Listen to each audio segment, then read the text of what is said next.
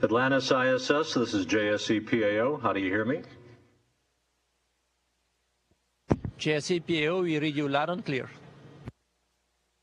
Hi guys, it's Bill Harwood with CBS News. I see the three commanders in the front row, so let me ask any one of you three to give me a status report of the station. This was an amazingly smooth mission. You delivered a lot of supplies, and as you look ahead for the year, how do you see station positioned as these shuttle flights wind down? Thanks. Well, I think station is in very good shape. We had a lot of shuttles arriving during this mission. We had a new external platform on 2JA. Then we had an MPLM with internal cargo. And now with this mission, STS-129, we brought up all the external cargo that is needed for long-term survival of the station. So I think we are in a very good shape, and we are very happy that the mission went so successful. Gina Sinceri, ABC News for Nicole Stott. Nicole, kind of tick-tock for me what you're most looking for when you finally get to come home after 90-some days in space. Well, I think the two main things are seeing my young son and my husband, and I think just getting back out in the sunshine and just being back with family and friends, I think, is the main thing. This is Jim Oberg with NBC, MSNBC. For the long-duration crew members, including Maxime and Roman, would you please summarize for us the toughest thing in keeping the station habitable for the past 6 months with 6 people on board, the toughest technical thing, and then the toughest human factors thing? You've overcome a lot of challenges. Please tell us how.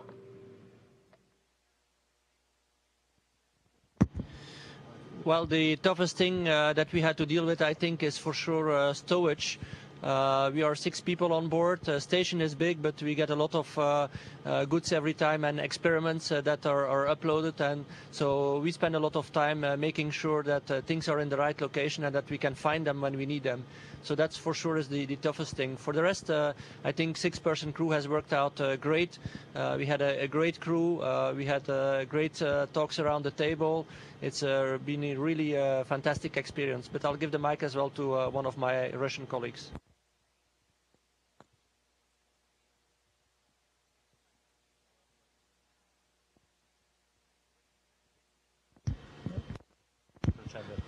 Okay, I really appreciate my friends that we had a very good time together.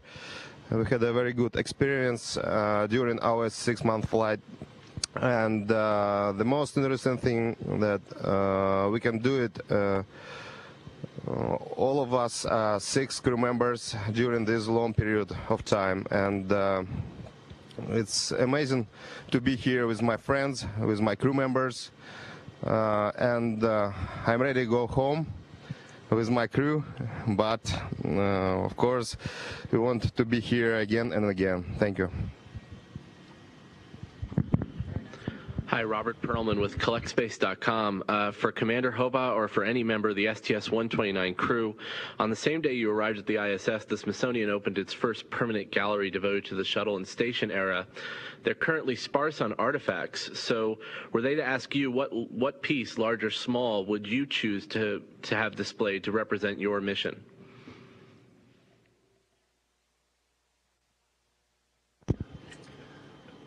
It's kind of sad to think that something we're flying is going to be a relic and end up in a museum.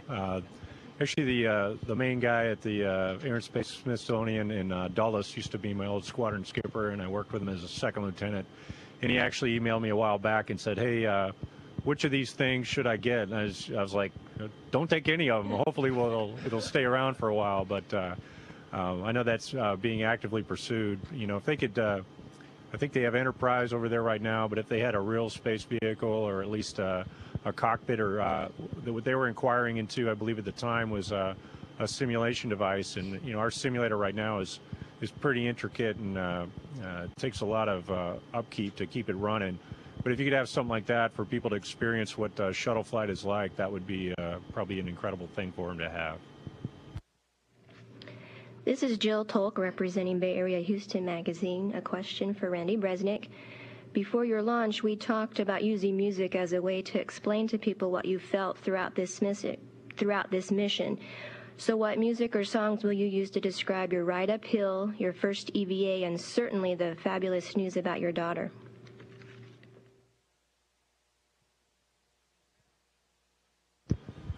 Well, Jill, I'm probably tell you, Ride of the Valkyries is probably the one for launch. As far as the EVA and the birth of our daughter, I'll have to get back with you on that. I haven't been a little busy since we got back in the hatch yesterday afternoon, and I haven't had much time to think about that. Maybe on the way home, once we undock, I'll have a little chance to think about that, and I'll get back with you.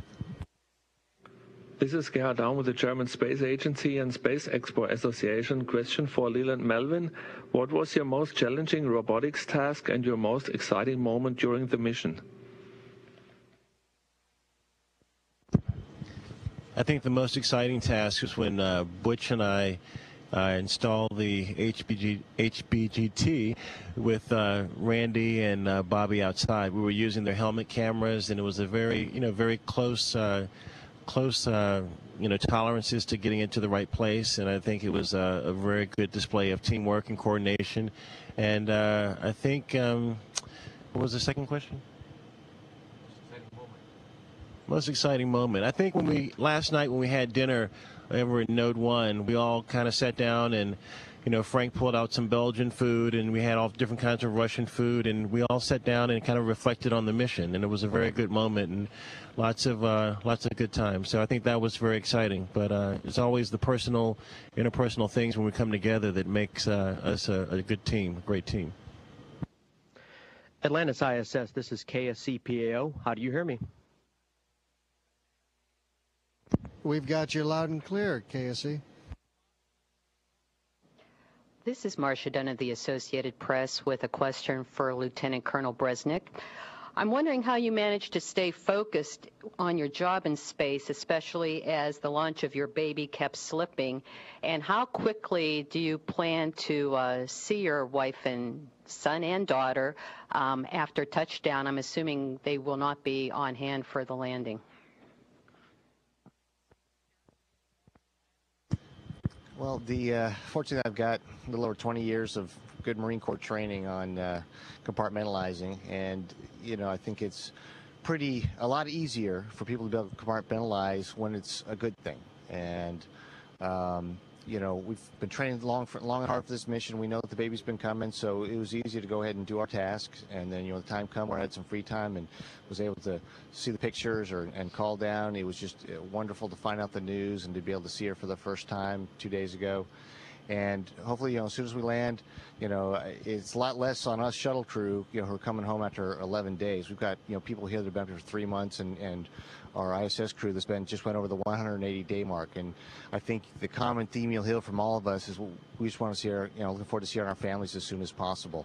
And I look forward to doing that as soon as possible after we land. Hi, this is James Dean from Florida Today. Nicole, how special would it be for you to return to KSC if weather allows?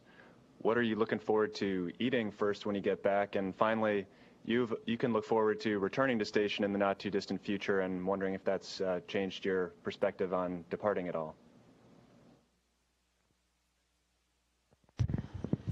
Well, coming back to KSC would be wonderful after working there for so many years. Food-wise, I haven't really thought about it. Pizza has been sounding really good. From a perspective-wise, I think it makes leaving this wonderful place a little bit easier. Certainly mellows it out a little bit, and it, of course, was a really nice surprise to find out that I'd have the opportunity to be back for a short visit. So, thanks for the question. Atlantis ISS, this is Headquarters PO. How do you hear me?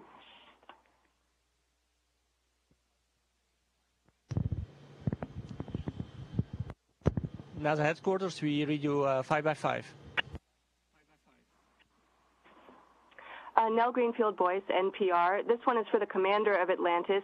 You've said there'd be no special Thanksgiving foods, and I'm just trying to understand why. Was there really no time to stow holiday foods on board when the schedule changed, or did you just decide you didn't want the crew to be eating stuff like freeze-dried cornbread stuffing?